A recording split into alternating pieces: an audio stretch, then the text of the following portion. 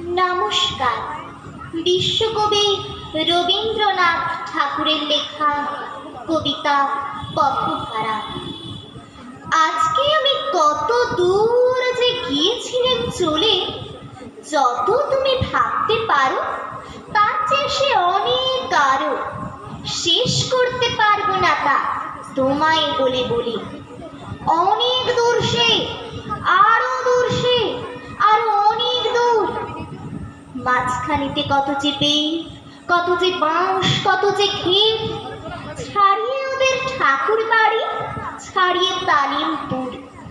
পেরিয়ে গেলেন যেতে যেতে সাতখুশি সব গ্রাম। ধানের গোলা গুনব কত, জোরদারদের গোলার মতো।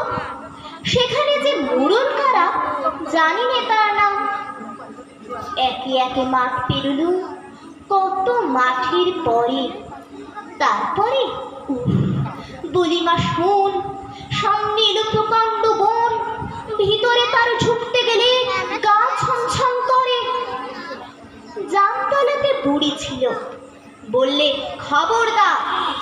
আমি বললাম বারণ শুনে ছপান করে এই নে গুনে। যতক্ষণ সে গুনতে থাকে হয়ে গেলেন পার। কিছুরই শেষ নেই কোথাও, আকাশ পাতাল জুড়ি। যতই চলি বেড়েই চলে বনের গলি।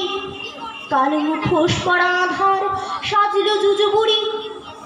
খেজুর গাছের মাথায় বসে দেখছে কারা ঝুঁকি। কারা যে সব ঝোপের পাশে একটুখানি মুচকি হাসে। বেটে বেটে মানুষগুলো কেবল মারে উকি। আমায় যেন চোখ টিপছে পুরো গাছের গুড়ি। লম্বা লম্বা কাদের পাঁজে ঝুলছে ডালের মাঝে মাঝে।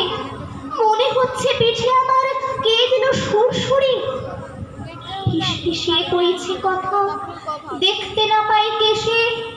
অন্ধকারে দুধ দাঁড়িয়ে কে যে কারে যায় তাড়িয়ে। কি জানি কি গা চেটে যায় হঠাৎ কাছে এসে। পুরোই মা পথ, ভাবছি আমি ফিরবো কেমন করে। সামনে দেখি কিসের ছায়া, ডেকে বলি সে আর ভায়া। মায়ের গায়ের পদ্মরা কেউ দেখিয়ে দে না মোরে। কয় না কিছুই, চুপটি করে কেবল মাথা নাড়ে।